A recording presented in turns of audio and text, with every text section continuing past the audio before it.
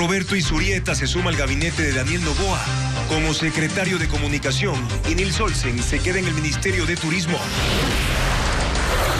El pedido del Consejo de Participación para que Javier Torres Maldonado sea posesionado como Contralor llegó a la Asamblea Nacional. 1.254 policías son destinados para cuidar a los presos en sus domicilios y la cúpula policial se queja por casos absurdos. Según un informe del Consorcio de Gobiernos Provinciales, el niño puede afectar 4.300 kilómetros de vías. Las lluvias se incrementarán en el país y esto, dependiendo de la zona, ayudará a la generación de energía en las hidroeléctricas. 40 ciudades de Brasil están en alerta roja por las altas temperaturas. Las playas de Río de Janeiro están abarrotadas. Los ecuatorianos pueden postular al programa de reunificación familiar con los migrantes que residen en Estados Unidos.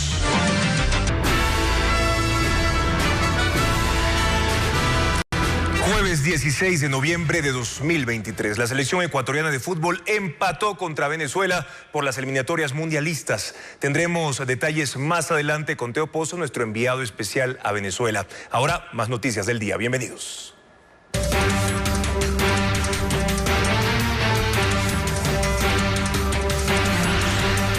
Noboa, gabinete a cuentagotas.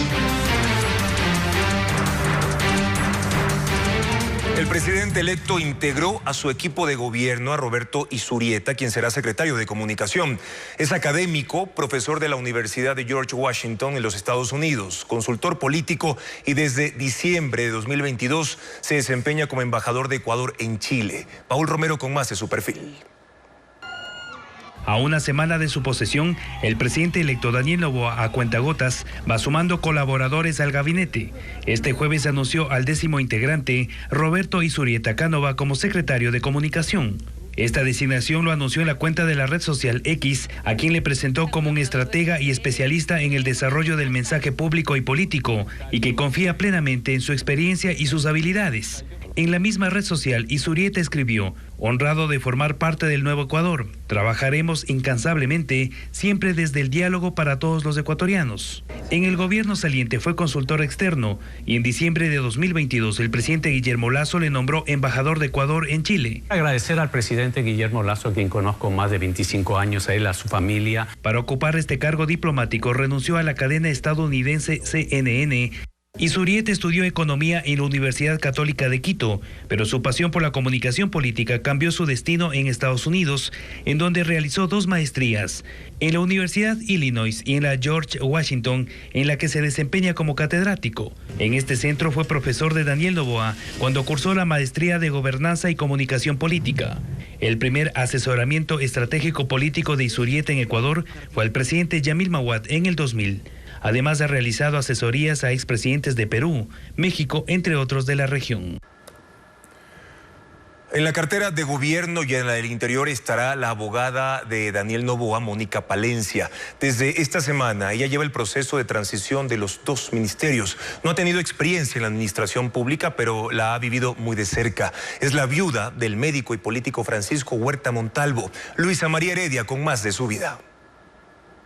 Una de las piezas clave del gabinete entrante es Mónica Palencia Núñez, quien será la titular del Ministerio de Gobierno y del Interior. Su designación no la ha oficializado aún el mandatario electo Daniel Noboa, tampoco la presunta fusión de ambas carteras de Estado. Pero es ella quien desde el martes lleva el proceso de transición, un arduo trabajo. Inicialmente se había dicho que ocuparía la Secretaría Jurídica de la Presidencia, pero en la víspera de la reunión con el Consejo de Seguridad Pública y del Estado, su papel cambió. Sobre su trayectoria profesional se conoce que es jurista, especialista en derecho penal, aunque también ha manejado temas económicos y civiles. Se ha desempeñado como asesor empresarial. De hecho, fundó un estudio con su nombre y ha representado a Noboa en varias cuestiones legales. En lo público no registra participación directa. Sus únicos acercamientos con la política hasta antes de esta designación se dieron por quien fue su compañero de vida, Francisco Huerta Montalvo. Él ostentó cargos como alcalde de Guayaquil, ministro de Salud y de Gobierno. Justo el reto que ahora ella enfrenta. Palencia también es docente de la carrera de Derecho de la Facultad de Ciencias Políticas de la Universidad Casagrande de Guayaquil, que lleva el nombre de su difunto esposo, y asesora tanto al rectorado como a la Cancillería de esa institución educativa. Además, está vinculada a otras universidades extranjeras en las que da cátedra, pues tiene un PhD en Ciencias Jurídicas y un doctorado en Educación e Innovación.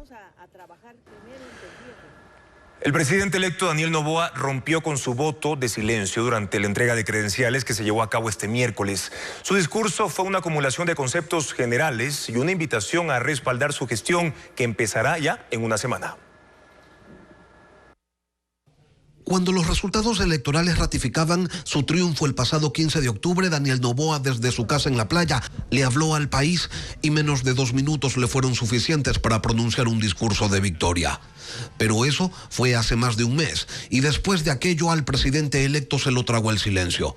Hasta ayer, cuando en el discurso de rigor en la ceremonia de entrega de credenciales subió al atril y armado de media docena de apuntes en una hoja casi llega a los 7 minutos. Incluido aplausos.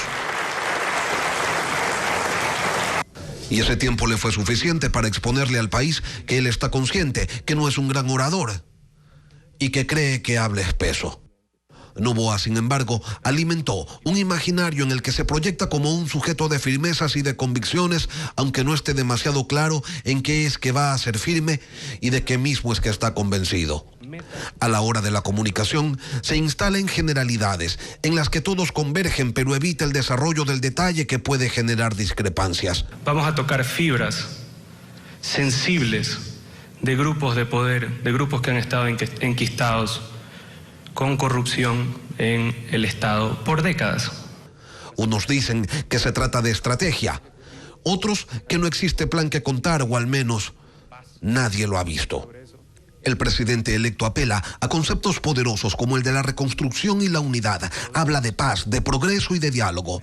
Se muestra como conciliador y en el discurso se aparta de los prejuicios y sobrevuela los temores de quienes defienden los valores democráticos, diciendo que no avala impunidades ni corruptelas, que no habrá tolerancia con las organizaciones criminales y que sabe que eso tendrá reacciones.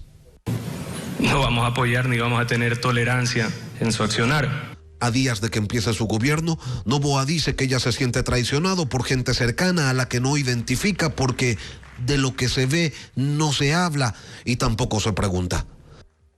Hizo también convocatorias a unidades en torno a sacar al país adelante, cosas que dicen los políticos creyendo que con ello abarcan todo y todo resulta ser a veces poquito más que el vacío.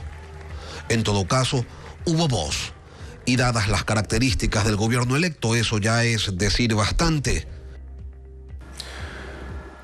La Asamblea Nacional recibió al Consejo de Participación Ciudadana la notificación de que Javier Torres ya fue designado como nuevo Contralor General del Estado para que se proceda a su posesión. En la mayoría legislativa dicen que eso corresponderá a las nuevas autoridades del Parlamento. Patricio Díaz lo explica en la siguiente nota. Aunque la Asamblea todavía no está en funciones, ya tiene responsabilidades encima. El administrador del Legislativo confirmó que una de las primeras cosas que deberán resolver los nuevos legisladores tiene que ver con su función de posesionar autoridades. Recibió un oficio del Consejo de Participación Ciudadana. Nosotros fuimos notificados de que está electo el Contralor, el ingeniero Torres, pero ya el tema de la posesión tiene que decidir el Pleno. Eso ya no me compete a mí administrativamente, tendría que ver ellos ya a raíz de que ya se posesionen, cuándo sería posesionado el nuevo Contralor. Y según los miembros de la mayoría legislativa, serán el nuevo presidente y las autoridades de la Asamblea, que se elijan este viernes, quienes definan la fecha para la posesión de Javier Torres, quien fue designado por el Consejo de Participación Ciudadana como nuevo Contralor General del Estado, luego de un concurso público. Sin embargo, Juan Falconi Puig, uno de los expostulantes, presentó una acción de protección para que no se lleve a cabo esa posesión. Una vez evacuadas todas las apelaciones, impugnaciones o todos los procesos que señala la ley, ya queda en firme su nombramiento y a nosotros solo nos corresponde posesionarlo. Por ahora los legisladores están centrados en las 3 primeras reuniones que tienen definidas. Su instalación este viernes, la designación de comisiones el domingo y la posesión del presidente de la República el próximo jueves. El Instituto Nacional de Meteorología e Hidrología, el INAMI, prevé niveles medios y altos de lluvias, incluso en zonas donde fueron escasas. Esto genera un aumento en los caudales de los ríos que alimentan a las hidroeléctricas. Carla Delgado con más detalles de la situación. Las precipitaciones han empezado a normalizarse, según señalan los técnicos del Instituto de Meteorología e Hidrología INAMI. Explican que, por ejemplo, en las provincias de Sucumbíos, Orellana, Napo y Pastaza, anteriormente habían registros de entre 40 y 50 milímetros de lluvias durante 15 días, mientras que hoy ya se registra esa misma cantidad en un solo día. Pero no solo en esta zona se evidencia este incremento. También se extiende hasta Zamora y Morona, Santiago, en donde incluso las lluvias fueron nulas en septiembre y octubre. Si nos enfocamos un poco en las hidroeléctricas, tal vez Coca-Cola ha sido la que más ha aumentado los eventos de precipitación, porque justamente zona de captación del río de los Quijos ha sido la que ha registrado eventos de precipitación también. Sin embargo, en la zona centro-sur, como Cañar y Azuay, donde se encuentra el complejo hidroeléctrico de Paute, las lluvias son limitadas. Lo mismo ocurre en Esmeraldas y Santo Domingo de los Áchilas, aunque en estas provincias se prevé que haya mayor presencia de lluvias a partir del 21 de noviembre. En tanto que en Imbabura, Pichincha, Cotopaxi y Tungurahua, las precipitaciones serán moderadas. Aquí también se estima el incremento a partir de la próxima semana. Mientras que los efectos del fenómeno del Niño, que tendrán mayor presencia desde diciembre, se verán reflejados en las provincias de Guayas, El Oro, Santa Elena, Los Ríos y Manabí. Las vías de 18 provincias serán afectadas por el fenómeno del Niño. Los prefectos presentaron un informe actualizado a los próximos ministros del electo presidente Daniel Noboa. Paul Romero con más del panorama vial del país. El más reciente informe del Consorcio de Gobiernos Provinciales del Ecuador determina que la red vial de 18 de las 24 provincias sería afectada por el fenómeno del Niño. 4.300 kilómetros de carretera pueden resultar con daños, lo que representa el 42% de la red principal y secundaria que conecta al país. Las vías de 5 jurisdicciones están totalmente expuestas al fenómeno natural. 300 kilómetros en Guayas, 151 en Manabí, 109 en Los Ríos, 79 en El Oro y 50 en la provincia de Bolívar. Este informe fue entregado por los prefectos a los ministros de Obras Públicas, Finanzas, Medio Ambiente y al secretario de la Administración que integran el gabinete del presidente electo Daniel Noboa. El cálculo de los prefectos es que el costo para la reparación de la red vial será de $400 millones. Por esta razón pidieron al futuro gobierno que declare en estado de emergencia la red vial y asigne recursos inmediatos para atender a 80 sectores considerados críticos. El fenómeno del Niño en Galápagos podría afectar a 5 especies, como por ejemplo aves, cuya población es reducida en las islas. Diego Cuenca describe la lista de los animales que están en riesgo. Los especialistas del Parque Nacional Galápagos identificaron 5 especies en riesgo de morir a causa del fenómeno del Niño. Entre ellas los pingüinos, flamingos y cormoranes, que se alimentan de sardina. Pero cuando sube la temperatura del océano, esos peces se alejan de las zonas costeras en busca de aguas frías. Están en peligro de muerte al quedarse sin comida y no tener la capacidad de nadar hasta las profundidades del mar para alimentarse. Son especies que tienen poblaciones muy reducidas, ¿no? Están entre los 1.000, 1.500 individuos en todo Galápagos. En 1997, por los efectos del fenómeno, murió el 30% de la población de esas especies. Son las más vulnerables de las islas. Las iguanas marinas, cuya población es de 500.000 en todo el archipiélago, también están en riesgo. Ante la falta de alimentos pueden encogerse hasta 5 centímetros y perder peso. Ellos se alimentan de otro tipo de algas, pero con el agua caliente proliferan algas que ellos no pueden digerir y estas algas rojas para ellos no tienen una fácil digestión. Las fuertes lluvias también amenazan a las tortugas terrestres porque sus nidos se inundan y se perderían los huevos. Las autoridades de las islas ya tienen un censo de esas especies y cuando pase el temporal realizarán otro para determinar la magnitud de la afectación. Está con nosotros en el estudio de Televistazo Estelar el recientemente nombrado secretario de Comunicación del gobierno del presidente electo Daniel Noboa. Se trata de Roberto Izurieta, experto en desarrollo del mensaje público y político, quien además ha trabajado en varias campañas y gobiernos de América Latina. Bienvenido, Roberto. Muchas gracias por la invitación. Buenas noches. El nuevo equipo de gobierno se destaca por el ingrediente de juventud. El expresidente de Colombia le planteó este ejemplo. Roberto César Gaviria también nombró a ministros jóvenes y se dijo en su momento por parte de la opinión pública que era un kinder, políticamente hablando. ¿Se puede decir lo mismo ahora? Bueno, para empezar, gracias por el piropo, porque no califico como joven. Los demás. Yo pienso, por ejemplo, en mi opinión, el mejor analista que trabajó con 5 gobiernos de Estados Unidos, David Gergen, cuando hace el análisis de siendo estratega, comunicador, desde Ronald Reagan hasta Bill Clinton, él dice, los mejores gobiernos son aquellos que son diversos, en todo el sentido de la palabra, en términos de edad, en términos de regiones, y también que sean diversos en el pensamiento. Entonces, el pueblo ecuatoriano votó por un cambio, votó por un presidente joven, y la mayoría de los que votaron son los jóvenes. Entonces, es una oportunidad para los jóvenes y efectivamente hay mayoría de gente joven. Y eso es muy importante. Roberto, eso en el concepto, pero ya en la práctica como tal, ¿cómo equilibrar esa juventud con la experiencia en 17 meses? El presidente, hay otros presidentes que te respondían, tú me mencionaste uno, para no meterme en problemas, te diría otro. ¿Y experiencia en qué? El país vota por un cambio político, el país ha estado bastante entrampado políticamente, entonces tú tienes que elegir estos nombres, y me podría afectar a mí mismo, reencauchados, como diríamos coloquialmente en Quito, o buscamos gente nueva. Entonces la pregunta es la siguiente, que es la pregunta que afronta todos los jóvenes cuando salen a buscar trabajo, y cuál es su experiencia. Entonces la oportunidad. Entonces es un gobierno que da la oportunidad a los jóvenes y se verá en los resultados, y mi consejo sería, así como yo escogeré un equipo más bien joven, yo recomendaría, si tú eres joven, tienes que buscar un equipo que tenga más bien experiencia. El concepto es el mismo, la diversidad. Pero ahí hay una línea también de aprendizaje. ¿En esos 17 meses habrá tiempo para esa etapa de aprendizaje? Porque se requieren acciones urgentes.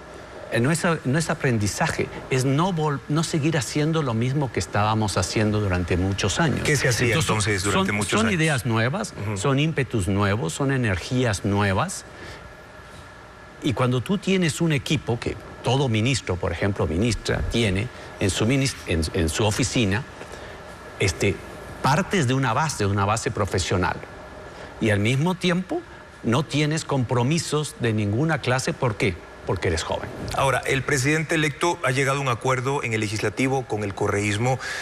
Ese grupo político ha buscado impunidad. Noboa dice que no quiere impunidad. De alguna manera, ¿bajo qué consensos o diálogos se llegó a ese acuerdo, Roberto? ¿De alguna manera se redujo el pliego de peticiones por parte del correísmo? Yo no estoy de acuerdo con la palabra.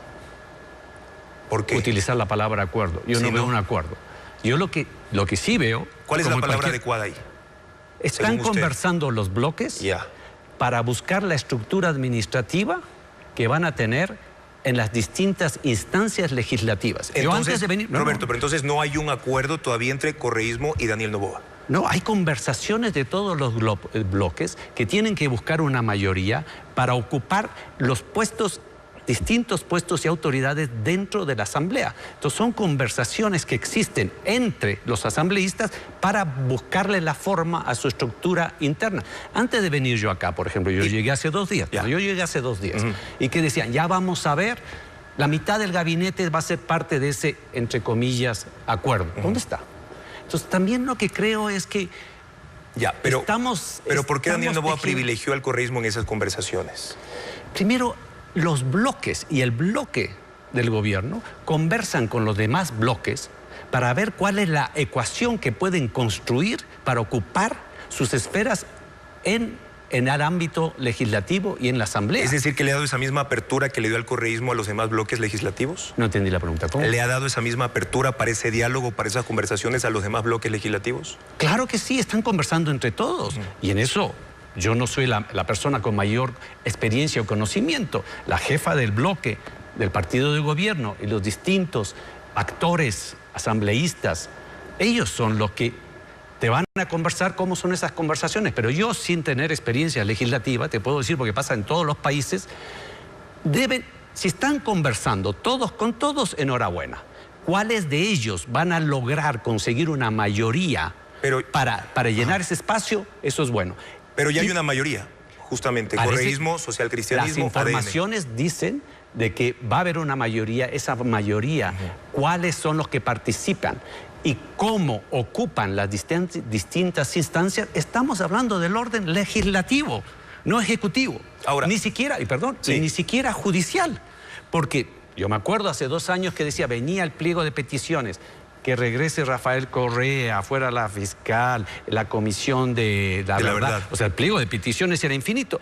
Ahora, ¿quién fue el que anunció que no se había conversado sobre la destitución de la fiscal? Si mal no recuerdo, de nuevo, yo acabo de llegar hace 2 días.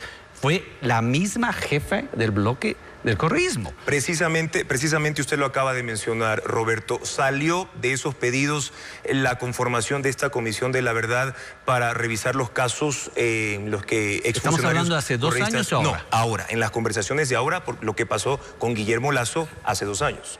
De la información que tenemos, y más información la van a proveer los asambleístas, no existe ninguna evidencia de pensar que eso esté en esas conversaciones. Lo que está en esas conversaciones es cómo van a estructurar el poder legislativo. ¿También están en las conversaciones el pedido de juicio a la fiscal Salazar? Lo que quiere el correísmo. Han dicho claramente que no. ¿Confirma lo que ya dijo el presidente electo Noboa?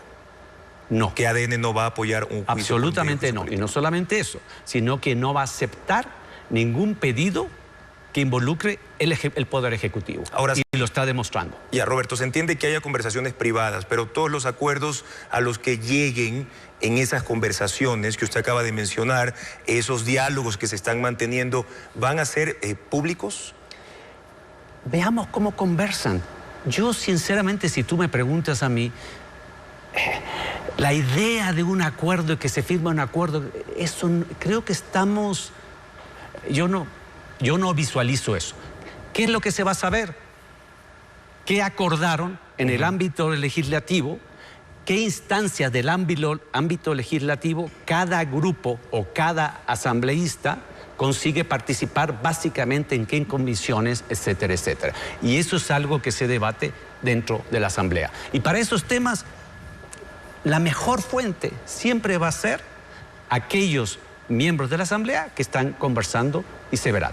Todo en la vida pública se conoce. Y en cuanto a leyes, también se están conversando sobre las leyes, en qué leyes de pronto hay consensos, en qué temas a tratar. El presidente electo ha sido muy claro de que va a enviar una serie de leyes de urgencia económica.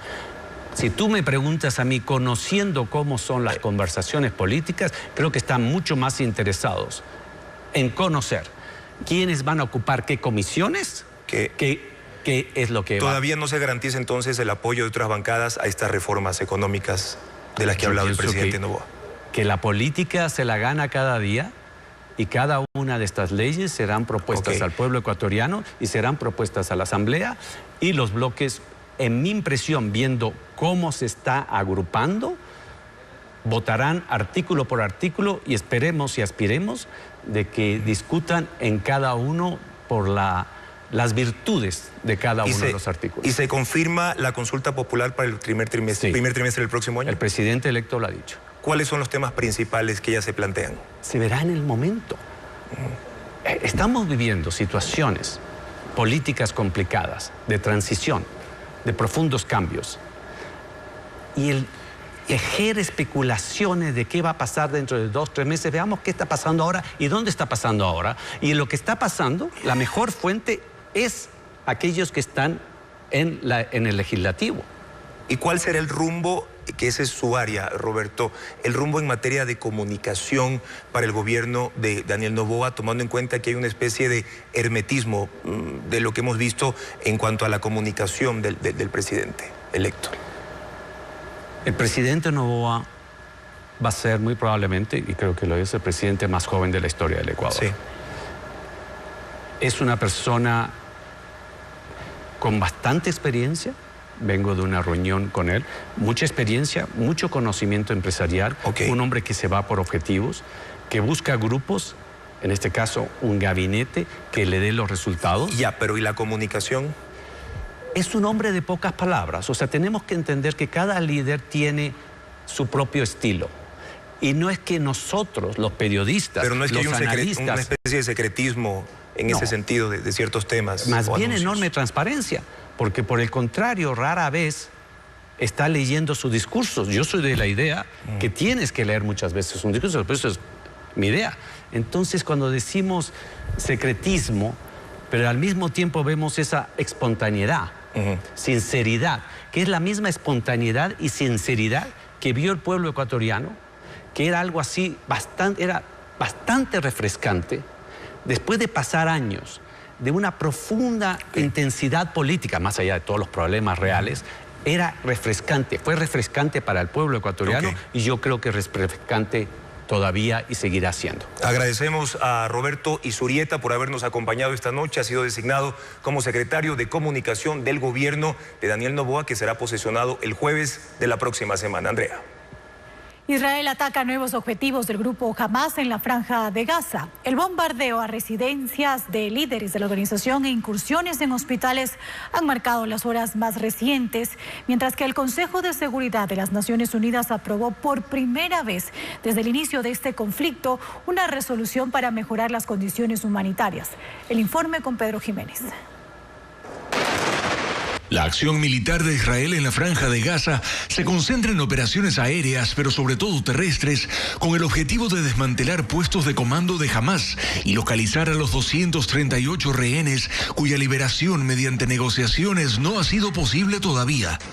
Las incursiones en un hospital infantil el martes y en el hospital Al-Shifa el miércoles son para las fuerzas de defensa de Israel la confirmación de que el grupo Hamas usó esas instalaciones como bodegas de armamento y centros para organizar acciones terroristas, poniendo a los pacientes en situación de riesgo usándolos como escudos humanos.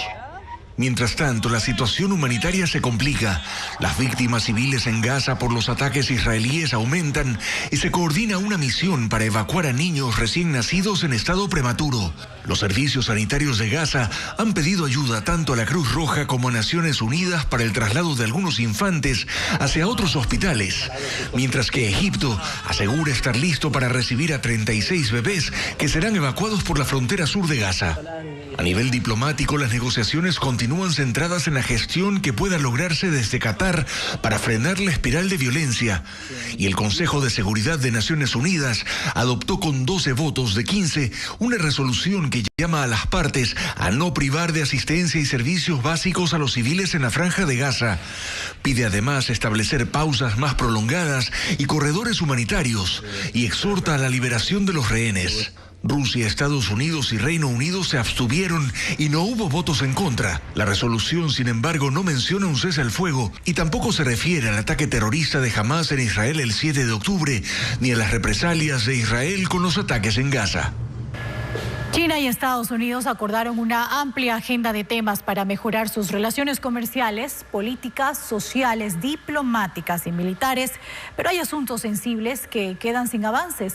Es el resultado del encuentro que durante 4 horas sostuvieron los presidentes Joe Biden y Xi Jinping en California.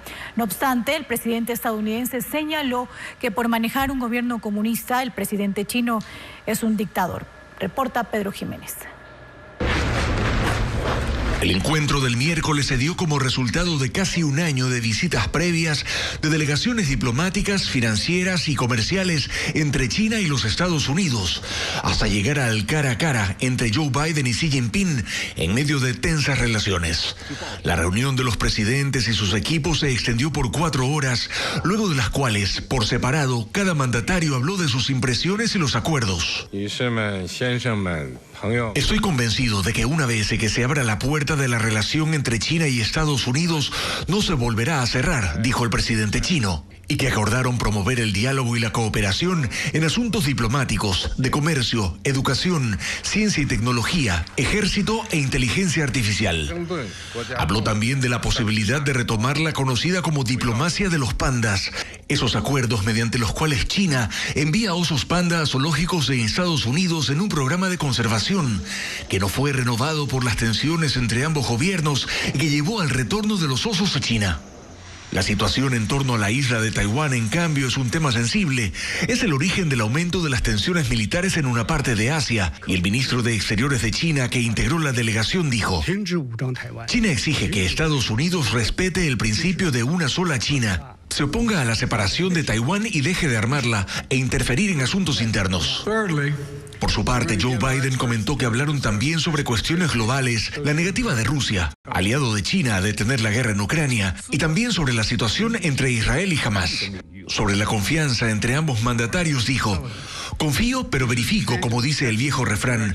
Ahí es donde estoy. Y ya saben, estamos en una etapa competitiva, pero mi responsabilidad es hacer que esto sea racional y manejable para que no resulte en un conflicto. Así también, Biden, consultado sobre si seguirá llamando dictador al presidente chino, respondió: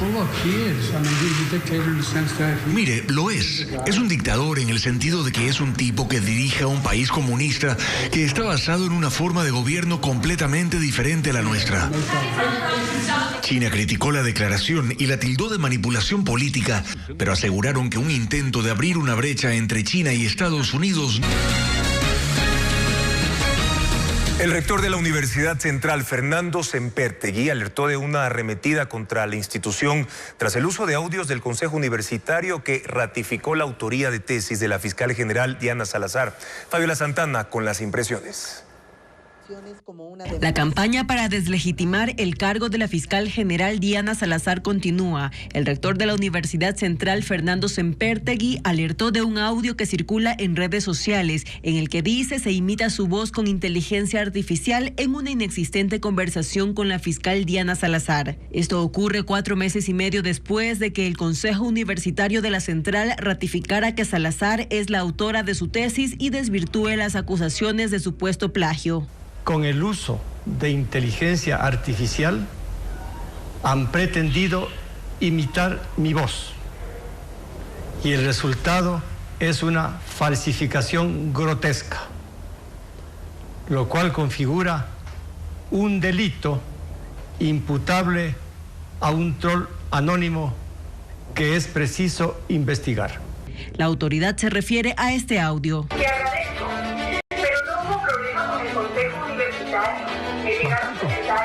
Nos la tuvimos que jugar, pedimos celulares. Tú sabes que hay gente interesada en tu tema. Por esto y por las sistemáticas publicaciones del colectivo Acción Jurídica Popular del audio de la sesión del Consejo Universitario que obtuvo mediante una acción constitucional, el rector ha señalado que la universidad está bajo arremetida pública. Acción Popular ha impulsado fallidas acciones para deslegitimar del cargo a la fiscal general. Lo integra Priscila Schettini, esposa del exdefensor del pueblo sentenciado por abuso sexual Freddy Carrión, tras una investigación penal impulsada por Diana Salazar. El viernes anterior, la fiscal se pronunció mediante un comunicado y dijo que se trata de una campaña de violencia política en su contra. Este tema no tiene otro fin más que menoscabar mi reputación con la intención de buscar impunidad en casos que ya han sido sentenciados en los tribunales. Y aclaró que su situación ya fue resuelta en el ámbito jurídico. Estados Unidos comenzará mañana a recibir solicitudes de reunificación familiar para los ecuatorianos. La aplicación debe llenarse en línea y cumplir una serie de requisitos. El informe con Iliana Suárez. Desde este 17 de noviembre, el Servicio de Inmigración y Ciudadanía de Estados Unidos comenzará a recibir las peticiones de un programa de reunificación familiar para los ecuatorianos. Para ello, habilitará el formulario I-134A para que los patrocinadores de los migrantes hagan las solicitudes y presenten las declaraciones de apoyo financiero para sus familiares. Las personas que deseen obtener este beneficio no deben estar en los Estados Unidos. Necesitan ser invitados por un familiar que sea ciudadano o residente en ese país. No debe tener visa de turista. También debe aprobar evaluaciones médicas y revisiones de antecedentes penales. Las autoridades revisarán cada caso y determinarán si existen razones humanitarias urgentes para otorgar el permiso de ingreso o si existe algún beneficio público. Bajo este programa, quienes sean admitidos podrán permanecer durante 3 años con un permiso de trabajo, mientras esperan el proceso para obtener residencia legal permanente en ese país. Programas similares ya se aplican para ciudadanos de Cuba, Haití, Colombia, El Salvador, Guatemala y Honduras. Según datos del Ministerio del Interior ecuatoriano, en lo que va de 2023, más de 475,000 ecuatorianos salieron por las fronteras para desplazarse de forma irregular hacia Norteamérica, por lo que el gobierno estadounidense anunció esta iniciativa en octubre con el fin de reducir la inmigración ilegal. Los candidatos presidenciales en Argentina cierran campañas de cara a los comicios del domingo. La segunda vuelta enfrenta al peronista Sergio Massa, actual ministro de Economía, y al libertario Javier Milei, quien llega con una serie de propuestas de un cambio radical. Argentina entró en la recta final para las elecciones presidenciales. Sergio Massa, actual ministro de Economía, representa al oficialismo. Aunque en 2015 se distanció de la entonces presidenta Cristina Kirchner y formó su propio partido para correr para presidente, no tuvo buenos resultados. Y ahora, 8 años después, se reincorporó a las filas del peronismo cuando fue llamado por el actual presidente Alberto Fernández para que tome las riendas de la economía, que ha seguido en deterioro. Aún así, Massa ha dicho que un eventual gobierno será distinto del actual. Tiene vínculos empresariales y persigue un acuerdo para la refinanciación de la deuda con el Fondo Monetario Internacional, para que una vez que esté pagada, dijo, alejar a la Argentina de ese organismo. Massa ganó en la primera vuelta a Javier Milei, que sin embargo había sido el candidato más votado en las primarias. Milei, economista de 53 años, con poca experiencia política, ganó visibilidad en la opinión pública con apariciones frecuentes en programas de opinión. Propone un cambio radical, apunta a dolarizar la economía y eliminar el Banco Central, pero ha tenido que dar marcha atrás en su discurso de eliminar programas sociales. Sergio Massa cierra su campaña esta noche con una serie de encuentros de nivel académico en Buenos Aires, mientras que Javier Milei concentra a sus seguidores en un acto de masas en Córdoba, en la región central del país. Fenómenos climáticos golpean el sureste de Brasil. 43 ciudades registran un sofocante calor que ha provocado una sensación térmica de hasta 53 grados centígrados, mientras que en otras las calles están inundadas por las intensas lluvias. Merlis González con el informe de la situación. Se derriten, así dicen los residentes y visitantes de Río de Janeiro, en medio de una intensa ola de calor en plena primavera. Las playas están abarrotadas de personas que intentan refrescarse, pero encuentran poco alivio para las temperaturas que superan los 40 grados y que, mezcladas con la humedad, provocaron el miércoles una histórica sensación térmica de 58 grados centígrados, la más alta jamás registrada en esa ciudad. El sol abrasador puso en alerta roja a 40 ciudades de 10 estados. Ahí el llamado a la población fue limitar las actividades al aire libre y que todos los empleados que están en teletrabajo regresen a las oficinas para reducir el uso de aires acondicionados. Pero el sofocante calor no es el único fenómeno climático que afecta a Brasil. En Santa Catarina, el problema son las lluvias. Los intensos aguaceros han provocado inundaciones desde el fin de semana y este jueves las calles quedaron cubiertas por una fuerte corriente de agua otra vez. Por ahora no se reportan víctimas, pero sí daños en comercios y viviendas, así como en decenas de vehículos.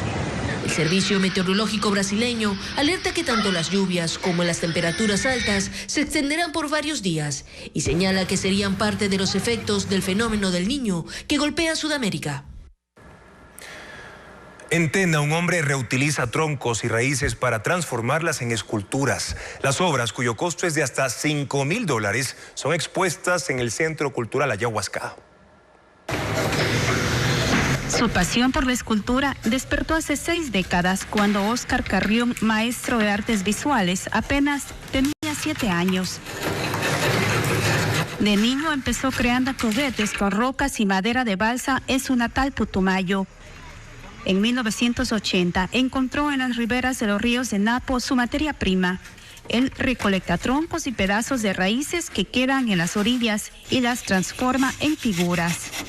Rostros de hombres, cazadores y también mujeres, como esta en la que se ve a dos grandes bailarinas que resaltan y en segundo plano otras más pequeñas danzando. En algunos troncos he estado hasta 3-4 horas mirándolos sentado y luego de eso he vuelto a dejarlos y después otra vez he vuelto a mirarlos para así concebir la idea que tengo en mi mente, poderla poner en la obra.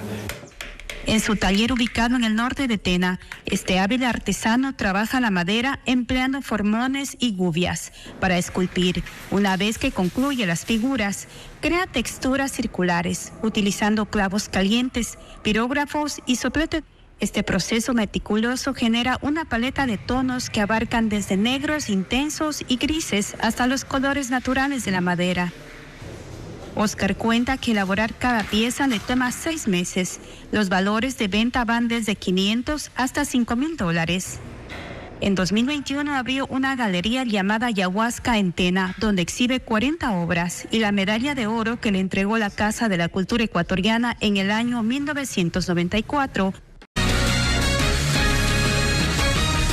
En casas de caña, sin paredes posteriores, sin señal de internet y en sectores extremadamente peligrosos donde hay guerras entre mafias, decenas de policías deben cumplir la disposición judicial por los arrestos domiciliarios.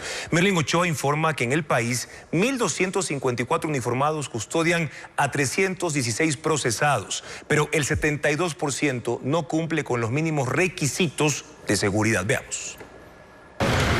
En esta casa de caña y madera desde hace un año cumple arresto domiciliario un joven que fue capturado cuando era menor de edad, pero ahora tiene 18 años. La casa está frente a la penitenciaría del Litoral. Él es procesado por sicariato. Se investiga si mató a 2 menores de edad. Según la policía, el riesgo de fuga es alto por las condiciones de la vivienda, pero el problema es nacional. En 7 de cada 10 casos con prisión en casa no cumplen con las medidas mínimas de seguridad, como se refleja en estas viviendas de Esmeraldas, Machala y Manta. Inclusive son de caña, no tienen internet, no tienen una cobertura de radio que nos permita al policía pedir apoyo. Según los agentes, la mayoría de los arrestos en casa se cumplen en zonas donde operan minicárteles. Por ejemplo, en esta vivienda en el Guasmo Sur de Guayaquil, un hombre de 43 años está detenido por un proceso por droga. El domicilio está a 10 pasos del Parque de la Mafia. En ese sector, 75 personas han sido acribilladas este año. El juzgador muchas ocasiones no acoge las recomendaciones de los informes de riesgo del procesado por su peligrosidad, que puede ser mínima, mediana o alta peligrosidad. Desde la Policía Nacional no solo se pide al sistema judicial que se analicen todos los casos, sino que además plantean la creación de una unidad especial para que los 1.254 uniformados ya no custodien a 316 procesados en arresto domiciliario. Que sea dentro del SNAI y obviamente quienes cumplen la vigilancia de las personas privadas de libertad sean agentes penitenciarios. Guayaquil, Quito y las provincias de Manabí y Loja es donde hay más casos. El Servicio Nacional de Aduanas identificó rutas del contrabando que llegan a Ecuador desde Uruguay, Centroamérica y también Corea del Sur. William Young explica más de esa actividad ilícita que aumenta cada año.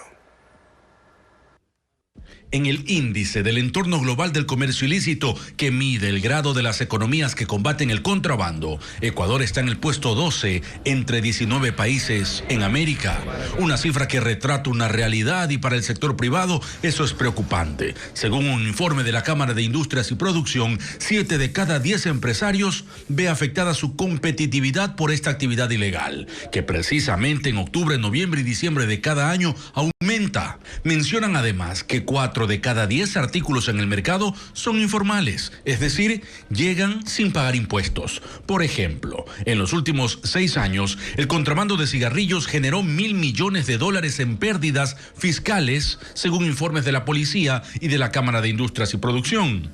El Servicio Nacional de Aduanas identificó las rutas del contrabando. Vía terrestre, camiones con mercadería salen desde Panamá, pasan por Colombia y llegan a Ecuador. Aunque su destino formal es Perú, pero allá llegan los vehículos vacíos. Mientras que vía marítima, el mercado ilegal es global. Cargamentos de cigarrillos salen en buques desde Corea del Sur, Panamá e incluso desde Uruguay, todos con destino a Ecuador, que firmó convenios de cooperación directa con Panamá y Uruguay para detectar casos de envíos sospechosos de cualquier producto y emitir alertas inmediatas al puerto de destino. Durante el 2022, el SENAE decomisó $76 millones en productos de contrabando. Calzado, dispositivos electrónicos, cigarrillos y medicinas fueron los principales. El Pleno del Consejo de la Judicatura deberá resolver el futuro del concurso de jueces de la Corte Nacional tras las denuncias de irregularidades. El director de la institución confirma que hubo problemas con las pruebas de confianza. El reporte con Jacqueline Rodas. El director del Consejo de la Judicatura, David Guzmán, fue quien dio la cara por las denuncias de irregularidades en el concurso de jueces de la Corte Nacional. Aceptó que hubo problemas en las pruebas de confianza que rindieron los postulantes. Estas inconsistencias generadas desde el software y el sistema de seguridad informático para que sea la máxima autoridad del Consejo, es decir, el Pleno del Consejo de la Judicatura, que decida sobre esta situación en particular. Fue una corta declaración y no aceptó preguntas. Nada dijo de las críticas a los integrantes del comité de expertos que van a evaluar a los futuros jueces, entre quienes está la exasambleísta Mireya Pazmiño, quien enfrenta una investigación penal en la Fiscalía. Este y otros nombres preocupan a la vocal Yolanda Yupangui, quien envió un oficio al presidente de la Judicatura, Wilman Terán, pidiéndole que tomen acciones. Si hay que corregir, habrá que corregir. Si hay que sancionar, habrá que sancionar lo que haya que hacer, pero en derecho. Otra mancha más al concurso fue la reciente detención de Patricia Ventimilla, funcionaria de la Judicatura que formó parte del Tribunal de Recalificación de Méritos y ahora es procesada por tráfico de influencias. El vocal Fausto Murillo habla de las posibles consecuencias. Puede declararse la nulidad de un concurso o de una fase del concurso. Si se dan esos presupuestos, que entre otros es de haberse afectado gravemente la transparencia, la objetividad, tiene que sustentarse. El futuro del concurso está en manos de Wilman Terán y del Pleno, que esperan informes técnicos para tomar decisiones. Con hermetismo se manejan los acuerdos en la mayoría legislativa. Lo único que está confirmado es que la Revolución Ciudadana, el Partido Social Cristiano y ADN darán el respaldo a Henry Kronfle para la presidencia de la Asamblea. Patricio Díaz tiene otros detalles en el siguiente informe. A menos de 24 horas para que la Asamblea retome sus actividades después de 6 meses, el Pleno del Legislativo está listo para recibir a los 137 asambleístas. Y aunque se conoce que hay una mayoría conformada por el correísmo, el Partido Social Cristiano y el bloque de gobierno, los miembros de estas bancadas prefieren evitar detalles del contenido de ese acuerdo. Los diálogos que se están llevando adelante es justamente para fortalecer esa gobernabilidad, sino que, como le digo, nosotros somos muy prudentes, queremos que estos diálogos sigan avanzando hasta que ya se lo pueda comunicar al 100% y cómo se ha dado. Lo único que los miembros de la mayoría sí confirmaron es que darán su respaldo al social cristiano Henry Kronfle para la presidencia de la Asamblea. Las vicepresidencias serían una para el oficialismo y otra para la Revolución Ciudadana. En el Consejo de Administración Legislativa, cada una de estas organizaciones políticas tendrá un representante y a Construye se le daría la otra vocalía. Pero también están en juego las presidencias de las comisiones legislativas y ahí el correísmo no descarta su interés por la comisión de fiscalización. Por lo tanto es legítimo, como también es legítimo las aspiraciones de las otras fuerzas políticas. Esperemos al viernes. Del lado de la Alianza Democrática Nacional, como se conoce al oficialismo, el interés es que las leyes económicas urgentes que enviará el presidente Noboa, tanto tributaria como energética, tengan los votos para su aprobación. De hecho, hay comisiones que le interesan más al presidente, por supuesto, las de desarrollo económico, régimen tributario, esos le interesan porque en eso va basado los proyectos de ley que él ofreció en campaña. La mayoría podría sumar más de 94 legisladores. Por ejemplo, ADN, que empezó con 14, ahora tiene 25 asambleístas. La primera prueba de fuego para el acuerdo se consolidará este viernes con la elección de las autoridades legislativas.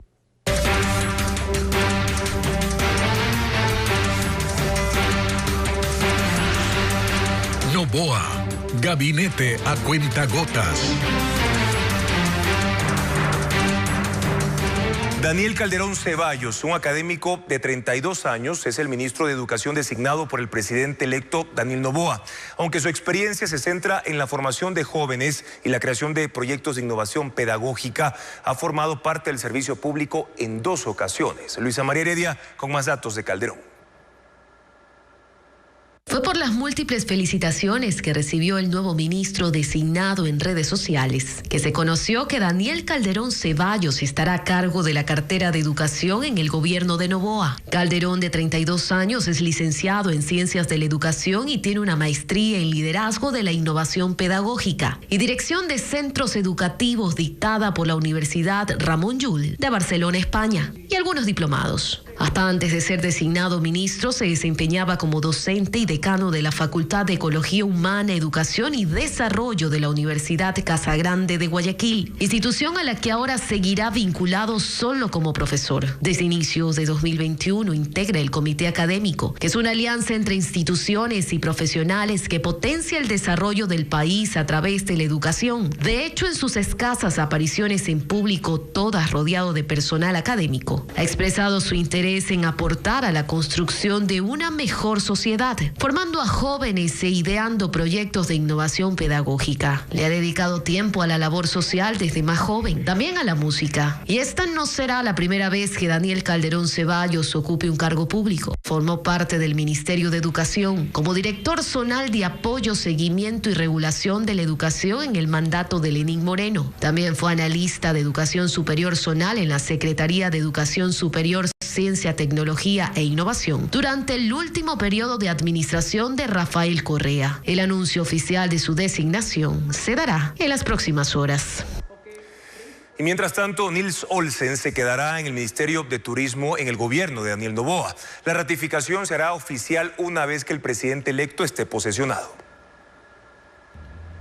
En el Ministerio de Turismo no habrá transición porque el actual titular de esa cartera de Estado, Nils Olsen, continuará con el cargo cuando Daniel Noboa asuma la presidencia de Ecuador el jueves de la próxima semana. Olsen ha acompañado al mandatario saliente Guillermo Lasso desde el inicio de su mandato en mayo de 2021. Esa ha sido su única experiencia en administración pública. Al incorporarse al gabinete de Noboa, sumará una segunda. Su actividad profesional la ha desempeñado mayormente en el sector privado. Su familia es propietaria de la hacienda La Danesa en Naranjito, Guayas, comúnmente visitada por turistas extranjeros. Tiene 35 años. Completó sus estudios en Administración de Empresas y Marketing en la Universidad Estatal de Luisiana, Estados Unidos, y luego cursó una maestría en Turismo Sostenible en la Universidad de Monash, en Australia. Entre las acciones más destacadas de su gestión como ministro de Turismo constan la firma de acuerdos de cielos abiertos en pro de mejorar la conectividad aérea del Ecuador. En esa misma línea consiguió la reducción de las tasas Ecodelta. Cita como un logro más la creación de la visa nómada para que trabajadores remotos puedan vivir en Ecuador por 2 años. Y la presentación de una nueva marca país. Aunque este fue un tema bastante cuestionado. Definir con cuál se quedará es uno de los pendientes en su despacho. Lo mismo que concretar la participación de Ecuador en una feria internacional de turismo en España, que está prevista para el 2024. Olsen todavía no se ha referido públicamente a su designación, tampoco Noboa, precisamente por tratarse de una ratificación, la única en el nuevo gabinete ministerial hasta ahora. 40 murales se pintan en 4 comunas de Santa Elena. Artistas nacionales e internacionales participan de ese proyecto. Y el objetivo es resaltar los atractivos turísticos, cultura y ancestralidad de Allangue, Valdivia, Olón y Salango. Más detalles con Luis Alfredo Zúñiga. La iniciativa busca plasmar la identidad turística, cultural y ancestral de comunas de Santa Elena. Y el reto es para estos artistas, que con brochas, pinceles y pintura deben lograrlo en su lienzo, que en esta ocasión son paredes de viviendas y colegios, que se transformarán en murales, 40 en total en 4 comunas, Olón, Valdivia, Salango y Allangue, donde varias obras ya están listas y destacan por sus colores y detalles. El colectivo artístico La Chihuana lleva adelante este proyecto, denominado La Colmena, que obtuvo un fondo concursable del Ministerio de Cultura y el apoyo de la empresa privada para que logre concretarse. 150 artistas se inscribieron inscribieron para participar y 40 fueron seleccionados de Ecuador y otros 15 países de Latinoamérica, quienes por 2 días recorren cada comuna y luego inicia el proceso creativo. Los murales reflejan el mar, la pesca, la fauna y otras características de las comunas. Como parte del proyecto también se otorgaron becas a niños y jóvenes de las localidades para que aprendan de muralismo y ahora asisten a los artistas. Una vez concluidas las obras, la intención es establecer una ruta de murales. Quienes visiten Olón, Allangue, Valdivia y Salango en la provincia de Santa Elena podrán encontrarse con estos murales que también buscan impulsar el turismo en estas comunas.